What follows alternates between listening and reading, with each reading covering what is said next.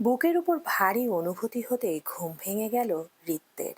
দম বন্ধ বন্ধ লাগছে, মনে হচ্ছে ভারী কোনো কিছু বুকে চেপে আছে। খুব কষ্টে চোখ মেলে আশেপাশে তাকাতেই খেয়াল করলো বুকের উপর ঘাপটি মেরে বিড়ালের বাচ্চার মতো ঘুমিয়ে রয়েছে কেউ।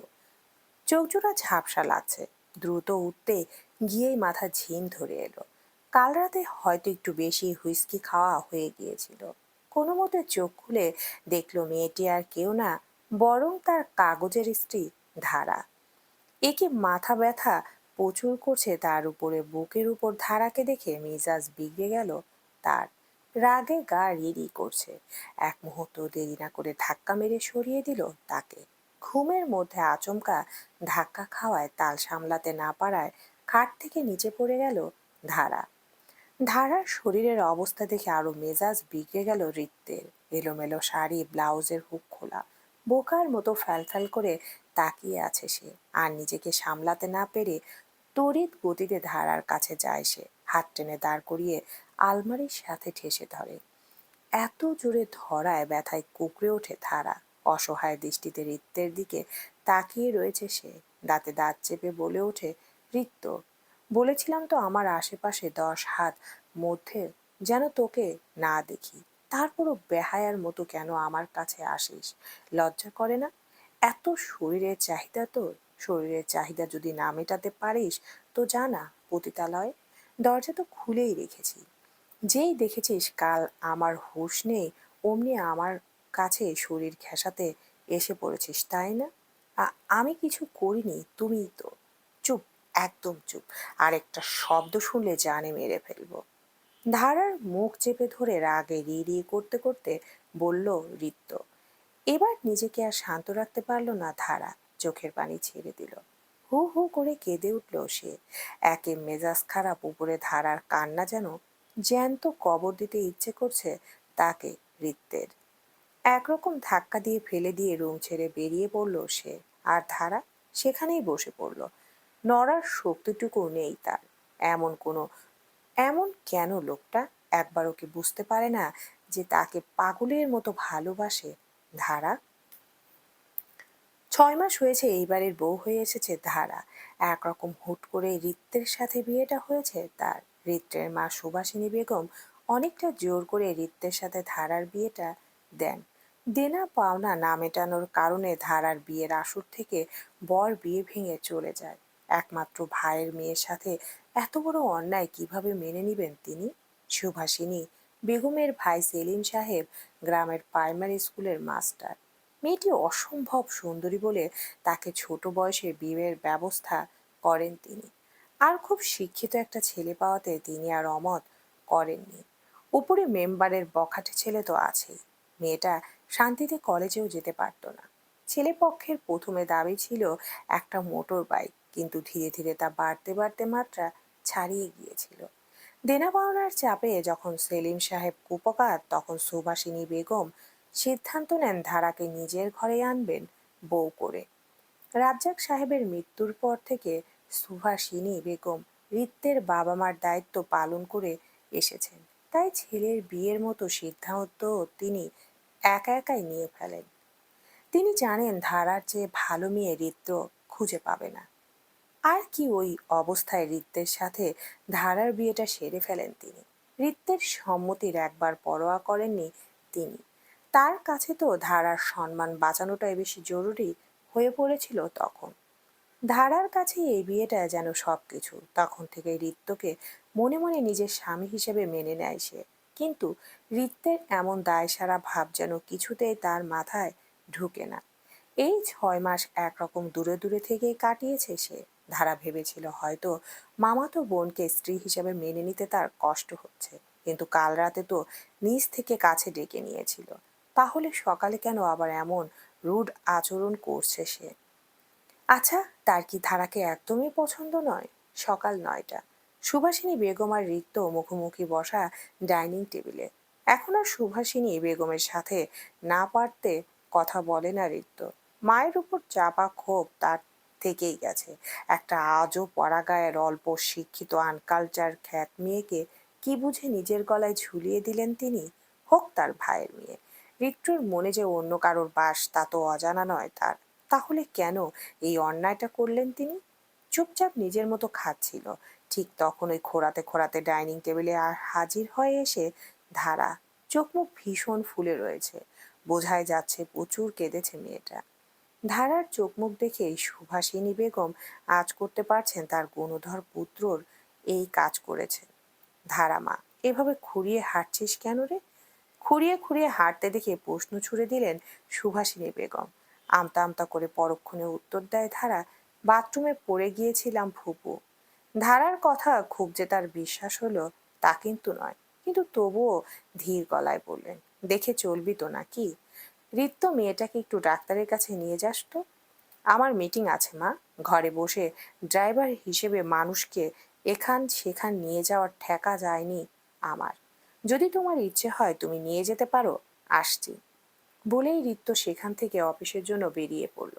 পেশায় আর্কিটেক্ট সে, এসব ফালতু মেয়ের জন্য 1 মিনিট সময়ও তার নেই। ধারা কিছুতেই বুঝে পায় না লোকটা তাকে এত ঘৃণা করে কেন। সে তো একদম অশিক্ষিত তাও নয়, এবার ইন্টার পরীক্ষা দিয়েছে সে। সেলিম সাহেব বিয়ের সিদ্ধান্ত না নিলে ভার্সিটিতে ভর্তি হয়ে যেত সে। এই 6 মাস শুধু অঙ্ক মিলিয়ে মিলিয়ে কাটিয়েছে সে।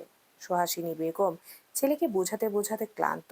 জন্ম মৃত্যু এবং বিয়েতে কারোর জোর নেই। ধারার ভাগ্যে সে এবং তার ভাগ্যে ধারায় রয়েছে, কিন্তু রিক্তের জেদের কাছে তাকে হার মানতেই হচ্ছে। দুপুর 2টা। খাওয়া দাওয়া শেষে সুভাষিনী বেগমের রুমে বসে পা টিপে দিচ্ছে ধারা তার।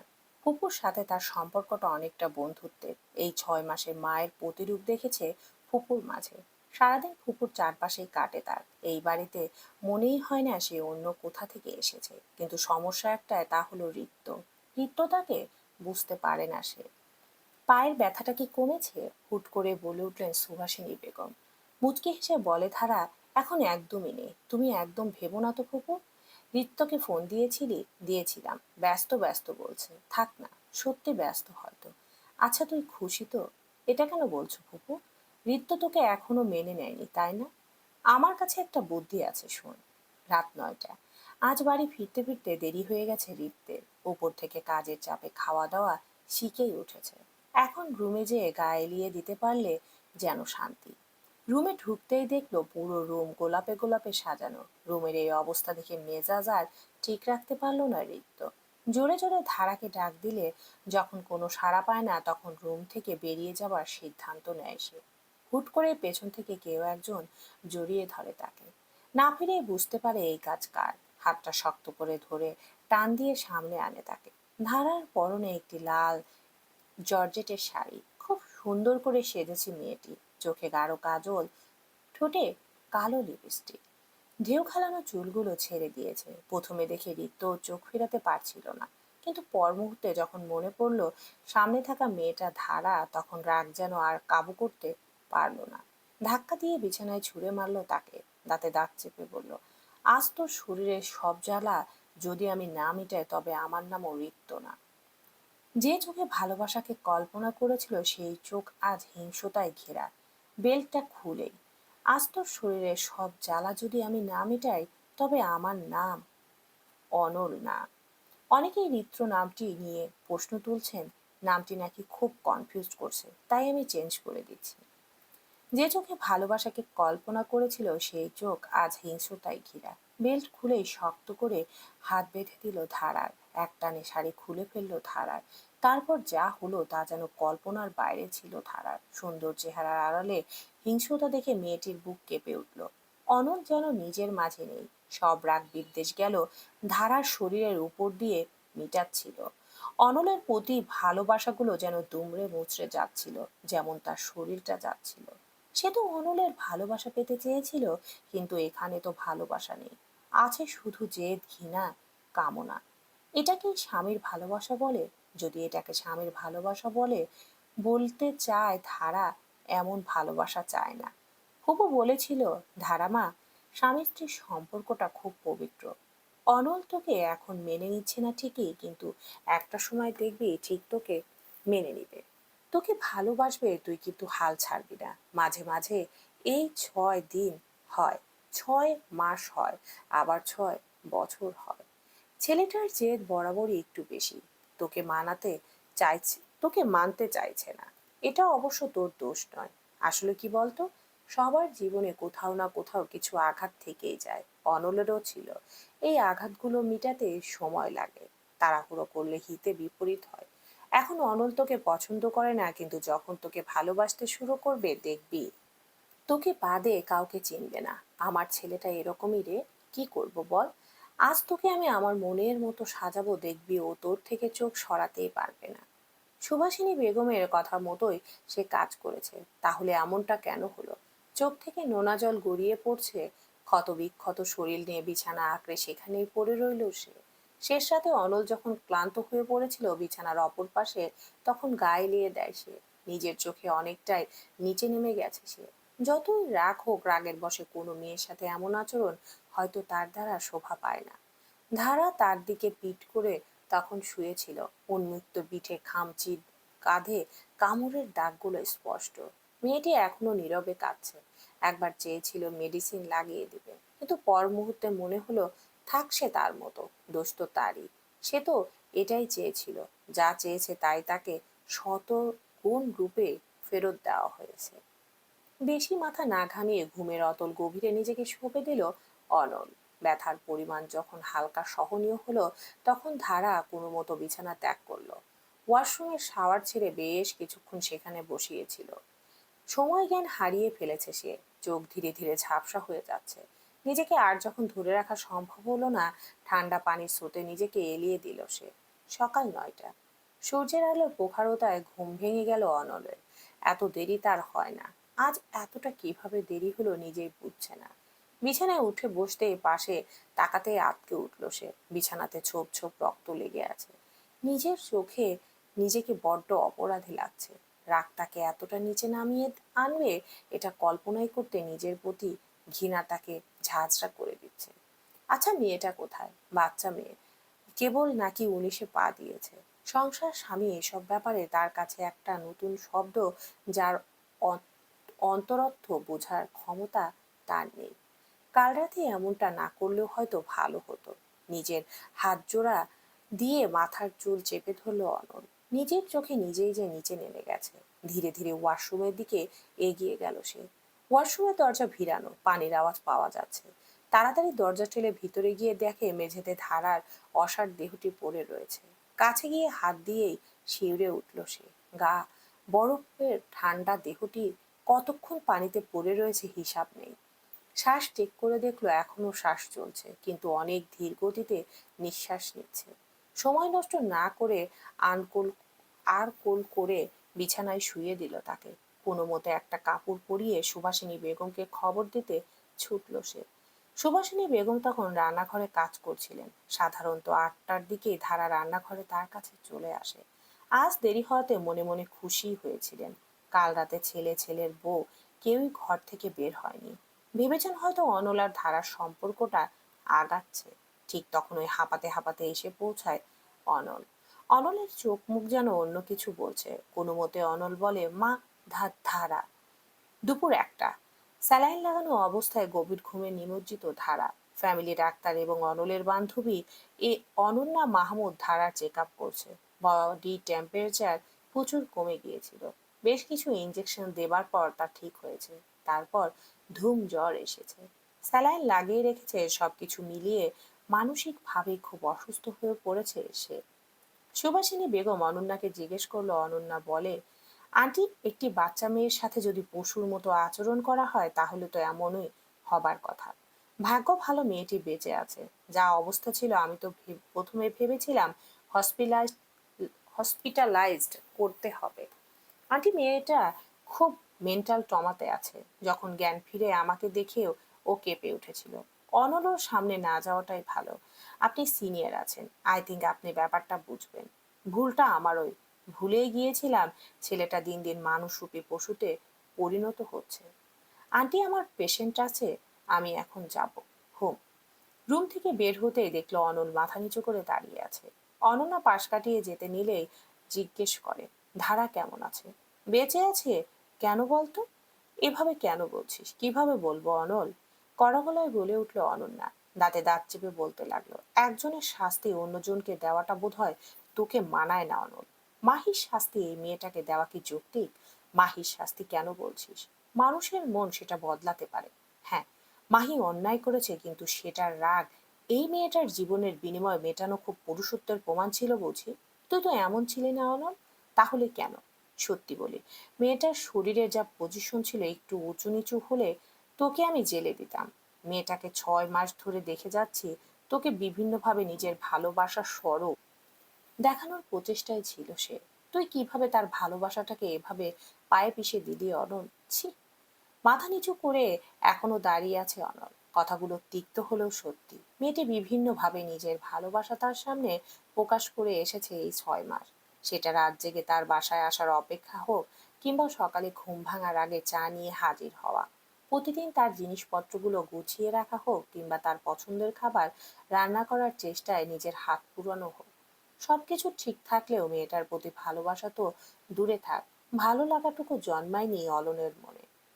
2.5 বছর আগের ঘাসে এখনো শুকায়নি তার। অনন্যা বেশ কিছু কথা শুনিয়ে হাঁটা দিল তার গন্তব্যে।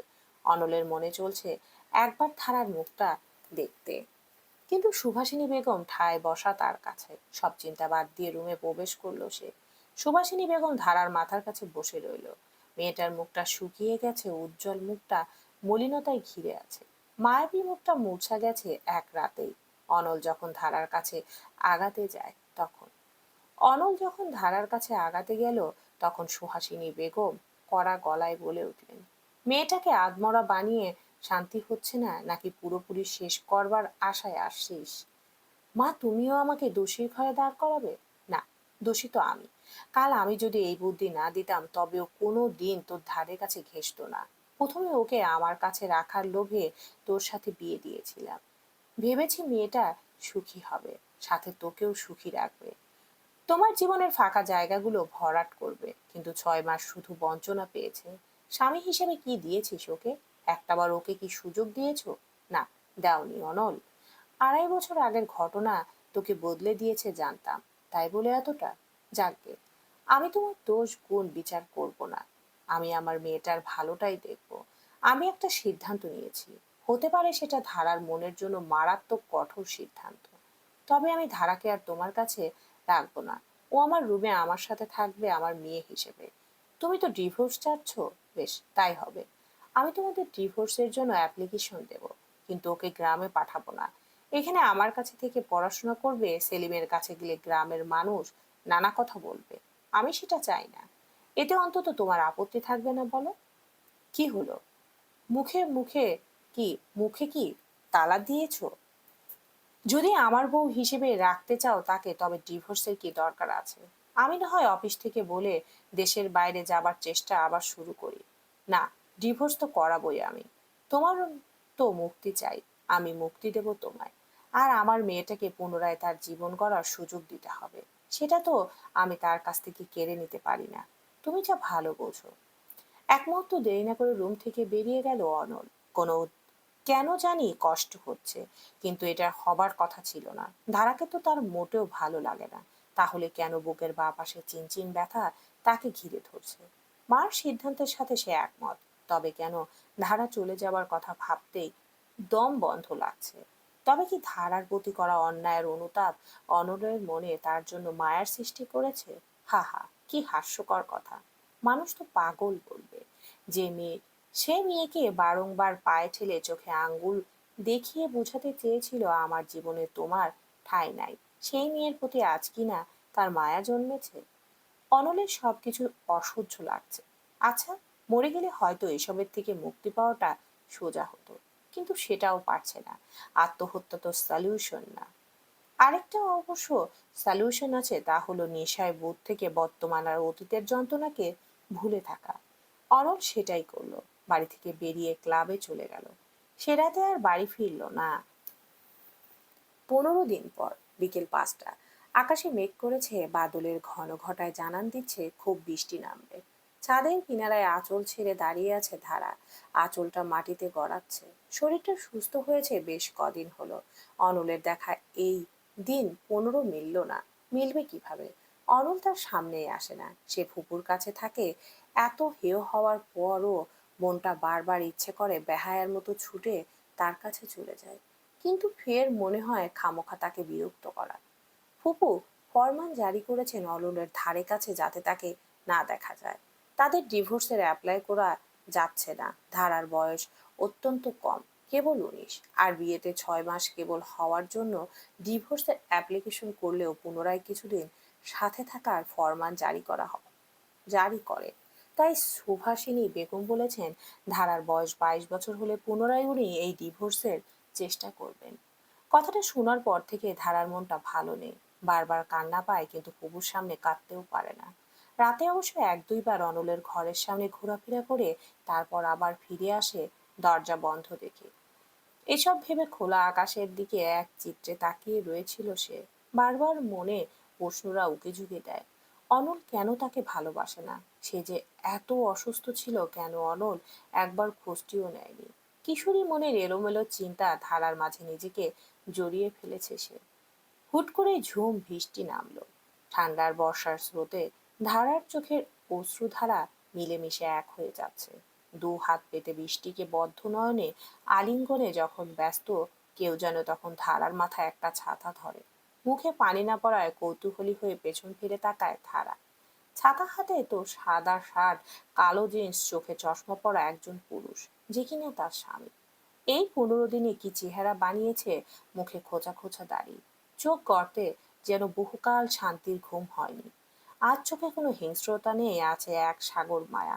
ইস, লোকটা কি জানে না তার এই চেহারাটা দেখলেই ধারার যে খুব বেশি ভালোবাসতে মন চায় তাকে।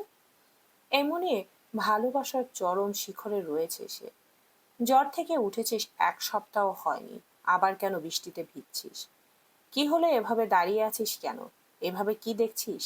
তোমাকে। ধারার কথায় খানিকটা চমকে গিয়েছিল অনল, তারপর নিজেকে সামলে উত্তর দিল, যা নিচে যা, ভেজা কাপড় বদলে নে, আবার অসুস্থ হবার ধান্দায় আছিস নাকি? বলে ছাতাটা ধারার হাতে ধরিয়ে চলে যাচ্ছিল সে। তখনই ধারা বলে ওঠে, তুমি আমাকে ভালোবাসতে পারো না কেন? ধারার সরল মনের প্রশ্নটি অনলের পা আটকে ধরে। পেছন ফিরে দেখে মনের চিত্রে সেইভাবেই ঠায় দাঁড়িয়ে আছে এখনো সে। আস্থার চোখে চোখ রাখার ক্ষমতাটুকু হারিয়ে ফেলেছে অনল। মাথা নিচু করে পুনরায় চলে যেতে নিলে হাত টেনে ধরে ধারা। ধারা গলায় বলে ওঠে, উত্তর দিলে না যে? মা দেখলে বকাবকি করবে, নিচে যা। এড়িয়ে যাচ্ছ? একটা পশুর কাছ থেকে ভালোবাসা চাইছিস? পশুরা যে ভালোবাসতে পারে না, শুধু ক্ষতবিক্ষত করতে পারে। উহু, তাই যদি হবে তবে রাতের বেলা আমার বালিশের নিচে চকলেট পাই কেন? অনুতাপ ক্ষমা পাওয়ার চেষ্টা। তাহলে আপন করে নিতে কি বাধাচ্ছে তোমাকে? কেন ফুপির কথায় আমাকে ছেড়ে দিতে রাজি হয়েছ? তুই বড্ড ছোট, এসব বুঝবি না। আমার কাছ থেকে ভালোবাসা আশা করলে কেবল কষ্টটুকু বয়ে বেড়াতে হবে তোকে। এক সময় সেই কষ্টটুকু সহ্য সীমার বাহিরে চলে যাবে। ভালোবাসা একটা নেশা, যার অপর নাম মৃত্যু। আমি যে ভালোবাসতে পারবো না, ভালোবাসার জন্য মনের দরজা যে তালা লেগে গেছে। তাই এই দাবিটা আমাকে করিস না। আর এখন তোর বয়সই বা কি? আমি চলে গেলে দেখবি কিছুদিন এসব ভুলে যাবি।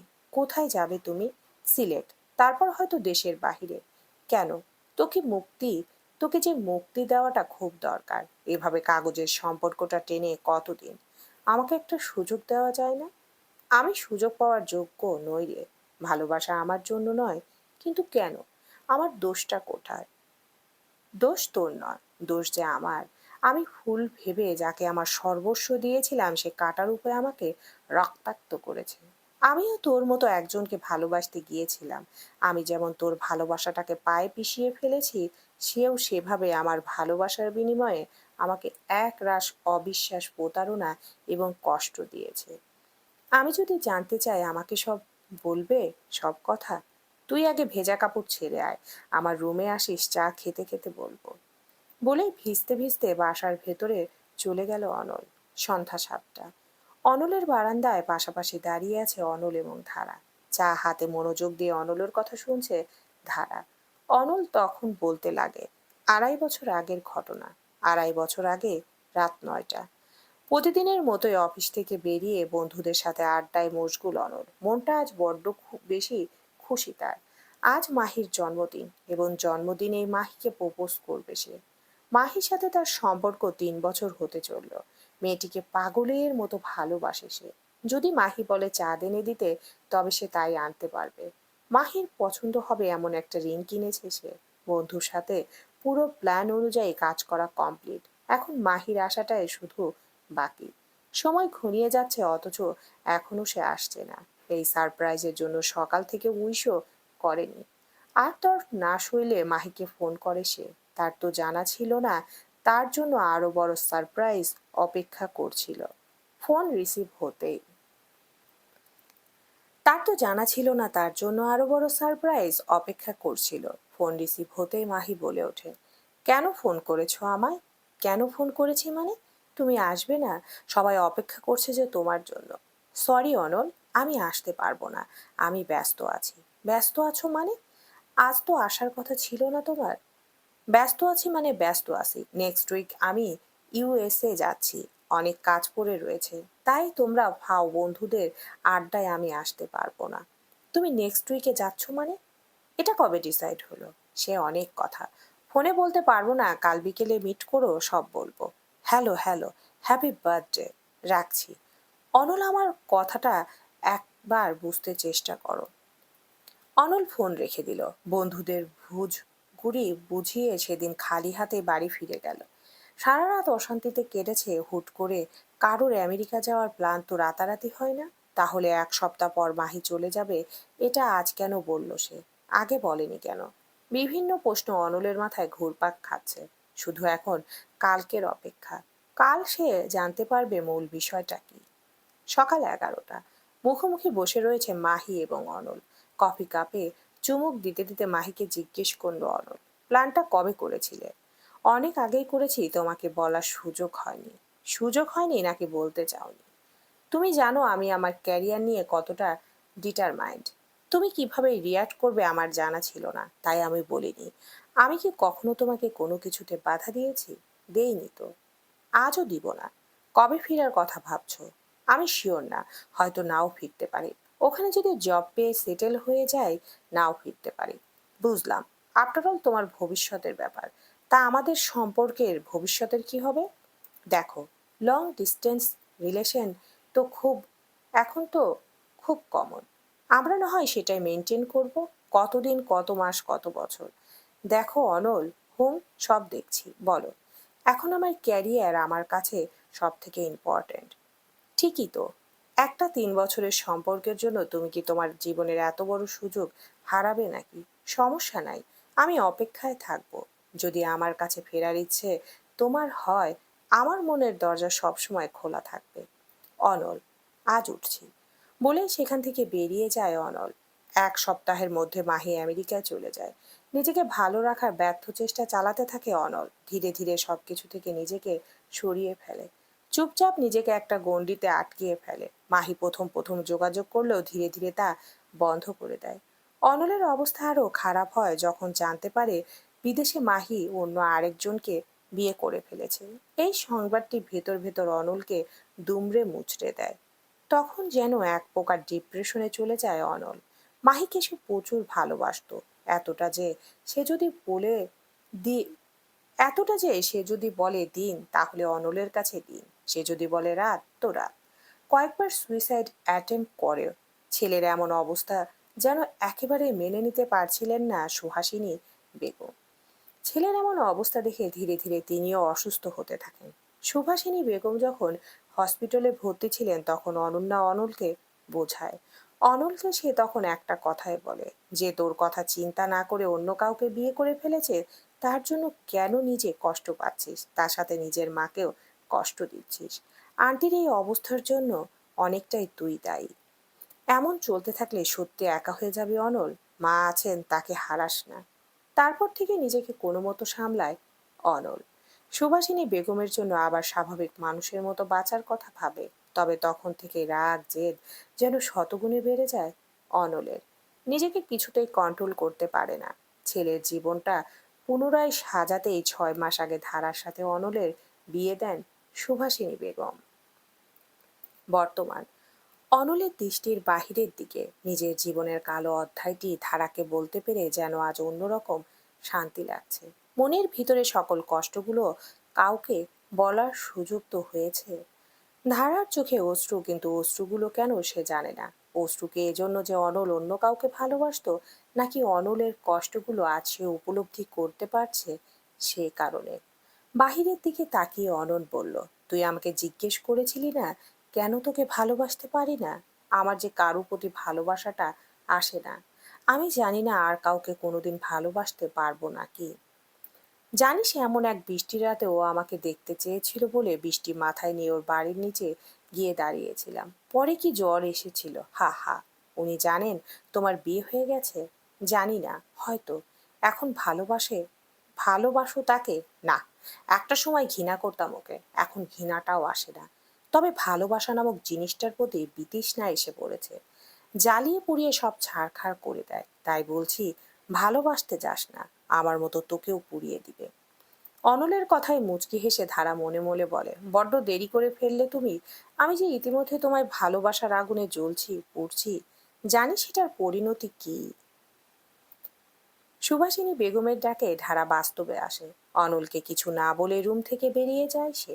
অপরদিকে সুভাষিনী বেগম ধারাকে অনলের রুম থেকে বের হতে দেখে বেশ অবাক হন। ভেবেছিলেন সে রাতের পর থেকে মেয়েটা অনলকে ভয় পাবে, তার কাছে যাবে না। কিন্তু ধারার আচরণের স্বাভাবিকতা দেখে তিনিও অবাক। সেদিন আর ধারাকে কিছুই জিজ্ঞেস করলেন না তিনি। সকাল 9টা। ডাইনিং টেবিলে অনল নাস্তা করতে আসলে সুভাষিনী বেগম তাকে ধীর এবং শক্ত কণ্ঠে বলে, তুমি কি বাহিরে যাবার সিদ্ধান্ত পাকাপোক্তভাবে নিয়ে নিয়েছো? হোম, কাজ চলছে। আমি চেষ্টা করছি এই সপ্তাহের ভেতর আমাকে জার্মানি পাঠানো হবে। যত তাড়াতাড়ি হবে ততই ভালো। ধারা তোমার প্রতি এমনিতেই দুর্বল হয়ে পড়েছে, আমি চাই না আরো দুর্বল হোক। ছোট বয়স, কিছুদিন পর এমনিতেই তোমাকে ভুলে যাবে। বুঝেছি, বলেই অনল সেখান থেকে চলে যায়। সুভাষিনী বেগম যা বলেছে তা যে সম্পূর্ণ সঠিক তা খুব ভালো করেই জানে সে। তবুও মেয়েটাকে এভাবে ছেড়ে যেতে মন চাইছে না। কোথাও যেন ফাঁকা ফাঁকা লাগছে। অনল এবং সুভাষিনী বেগমের কথোপকথন আড়াল থেকে সবটুকু শুনে ধারা। সুভাষিনী বেগমের মুখের উপর কথা বলার সাহস তার নেই, তাই চুপচাপ নিজের ভাগ্যের নির্মম পরিহাসটুকু মেনে নেয় সে। দিন 7 পর অনল জার্মানি চলে যাবে। যেদিন অনল চলে গিয়েছিল, ধারা পাগলের মতো আচরণ করা শুরু করেছিল। অনলের রুমে যেয়ে প্রচুর কেঁদেছে। শেষমেশ অনলের ছেড়ে যাওয়া চিঠিটুকু পায় সে। চিঠিতে লেখা ছিল, ভেবেছিলাম অনেক কিছু লিখব, কিন্তু সবকিছু একত্রে মিলেমিশে একাকার হয়ে গেছে। তালগোল পাকিয়ে গেছে আমার ভাবনাগুলো। আমি চলে যাচ্ছি, জানি আর দেখা হবে না। জানি আর দেখা হবে কিনা জানি না আর দেখা হবে কিনা, কিন্তু তোকে একটা কথা কোনোদিনও বলা হয়নি, তুই অনেক ভালো একটা মেয়ে। আমি চাই তুই অনেক সুখী হ। আমার ভাঙা জীবনে জড়িয়ে হয়তো তুই কোনো দিন সুখী হতে পারতি না, কারণ আমার পক্ষে তোকে ভালোবাসাটা সম্ভব নয়। মা তোর ভালোর জন্য সিদ্ধান্ত নিয়েছে, এতেই আমাদের মঙ্গল।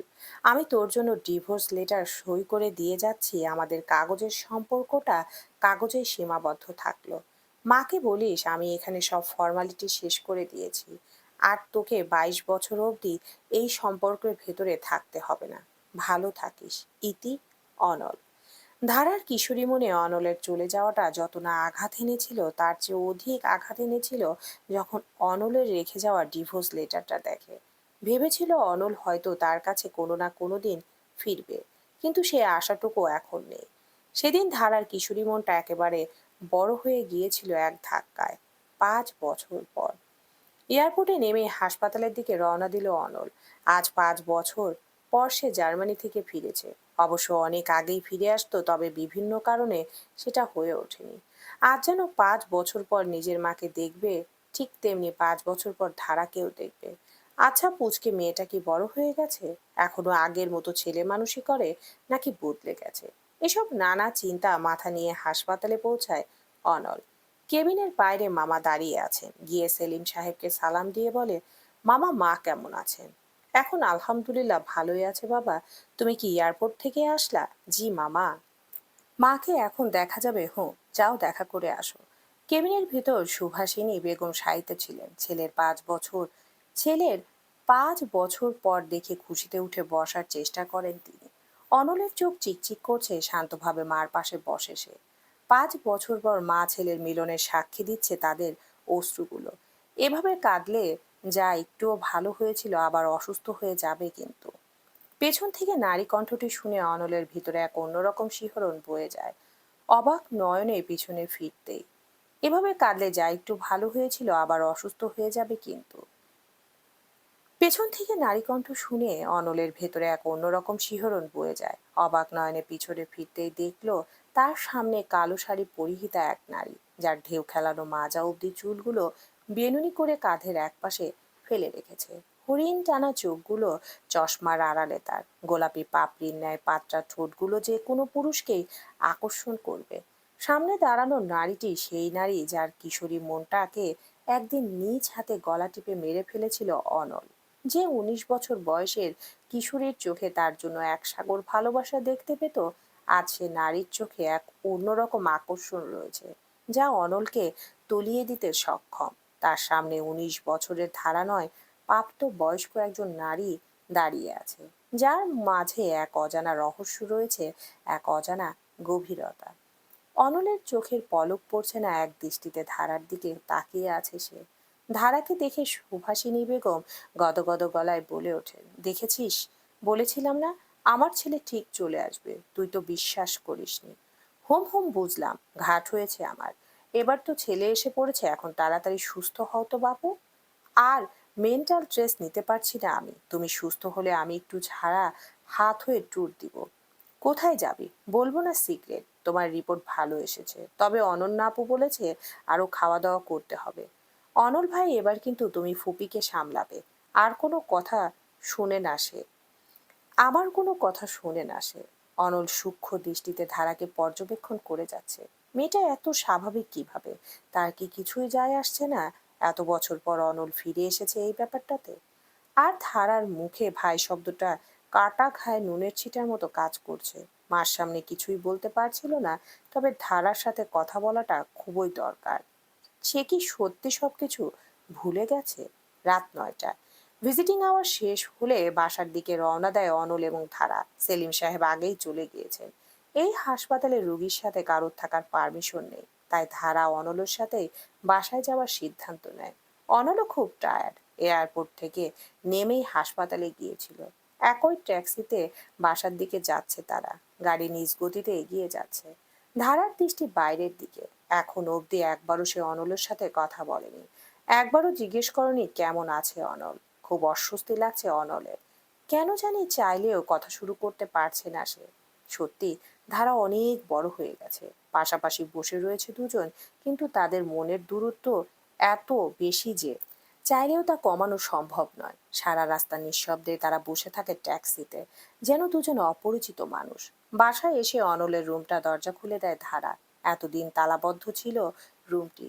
সুভাষিনী অবশ্য প্রতিদিন, প্রতি 2 দিন অন্তর অন্তর রুমটি পরিষ্কার করে রাখতেন। এখন তিনি অসুস্থ হয় ধারাই সেই কাজটি করে। ধারা যখন চলে যাচ্ছিল তখন অলন প্রশ্ন করে বসে, ভালো আছিস ধারা? অনলের প্রশ্নটি খুব কঠিন কোনো প্রশ্ন নয়, তবুও কেন যেন পা আটকে গেল ধারার। চুপ করে দাঁড়িয়েই ছিল। তখন অনল আবার বলে উঠল, বেশ বড় হয়ে গেছিস, এখন আর তোকে পুচকে নিয়ে লাগে না। কি অদ্ভুত না, 5 বছর আগে কতটা ছোটই না ছিলি তুই। 5 বছর নয়, 5 বছর 4 মাস 11 দিন। আজ 5 বছর 4 মাস 11 দিন পর তুমি আমাকে দেখছো, বড় তো হতেই হতো। তোমার কিছু লাগলে আমাকে জানিও। এড়িয়ে যাচ্ছিস আমাকে? না, এড়িয়ে যাব কেন? তাহলে বললি না যে ভালো আছিস তুই? খারাপ তো থাকার কথা নয় আমার। তুমি তো আমাকে ভালো রাখার জন্যই চলে গিয়েছিলে অনল ভাই, আমাকে ফেলে। শক্ত এবং দৃঢ় কণ্ঠে বলে ওঠে ধারা। আজ অনলের সামনে এ যেন অন্য কোনো ধারা দাঁড়ানো, যার চোখে শুধু ক্ষোভের অগ্নি জল করছে। ধীর গলায় অনল বলে ওঠে, আগে তো কখনো ভাই বলতি না। আগে সম্পর্কটা অন্যরকম ছিল, তাই ভাই বলার প্রশ্নই উঠত না। কিন্তু এখন সম্পর্কটা অন্যরকম। আর তুমি আমার থেকে যথেষ্ট বড়, তাই নাম ধরে সম্বোধন করার প্রশ্নই আসছে না। অনেক জার্নি করে এসেছো, আমি খাবার দিচ্ছি টেবিলে, খেয়ে ঘুমিয়ে পড়ো। কালকে ফুপুকে ডিসচার্জ দিবে, সকাল সকাল উঠতে হবে। তুমি কি ডিভোর্স লেটারটা তুই কি ডিভোর্স লেটারটা হ্যাঁ, সাবমিট করা হয়ে গিয়েছিল। আমাদের কাগজের সম্পর্কটা আর নেই অনল ভাই, তুমি ফ্রেশ হয়ে নাও। স্মিত হাসির সাথে কথাগুলো বলে ঘর থেকে বেরিয়ে যায় ধারা। ধারার প্রতিটি কথা অনলের বুকে ছুরির মতো লেগেছে। সত্যি তো এখন আর সে অনলের কাগজের স্ত্রী নেই। তাদের মধ্যে এখন আর স্বামী স্ত্রীর কোনো সম্পর্ক নেই। আর ধারার চোখে তার প্রতি কোনো ভালোবাসার ছিটাফোঁটাও নেই। এটাই তো চেয়েছিল অনল। তবে আজ এতটা কষ্ট লাগছে কেন? বুকটা এত ফাঁকা ফাঁকা কেন লাগছে? ঠিক যেমন মাহি চলে যাওয়ার সময় লেগেছিল। তবে কি সেই ১৯ বছরের কিশোরী মেয়েটার প্রেমে পড়ে গিয়েছে সে? হয়তো অনেক আগেই পড়েছিল, শুধু অনুভব করতে পারেনি। আজ যখন সেই কিশোরী মেয়েটি তার কিশোরী খোলসটি বদলে ২৪ বছরের নারী রূপে তার সামনে হাজির হয়েছে, তখন সেই সুপ্ত ভালোবাসার প্রতিটি কণা অনল উপলব্ধি করতে পারছে। বুকের বাঁ পাশের চিনচিন ব্যথাটা যেন তীব্র থেকে তীব্রতর হচ্ছে। কিন্তু এবার সে তার ভালোবাসাকে নিজের থেকে দূরে যেতে দিবে না। ৫ বছর আগে সবকটি ভুল সে শুধরে নিবে। যত কাঠখড় পুরানো লাগুক, সে আবার ধারার মনে নিজের জন্য ভালোবাসার সূচনা করবে। করতে যে হবেই, চলবে।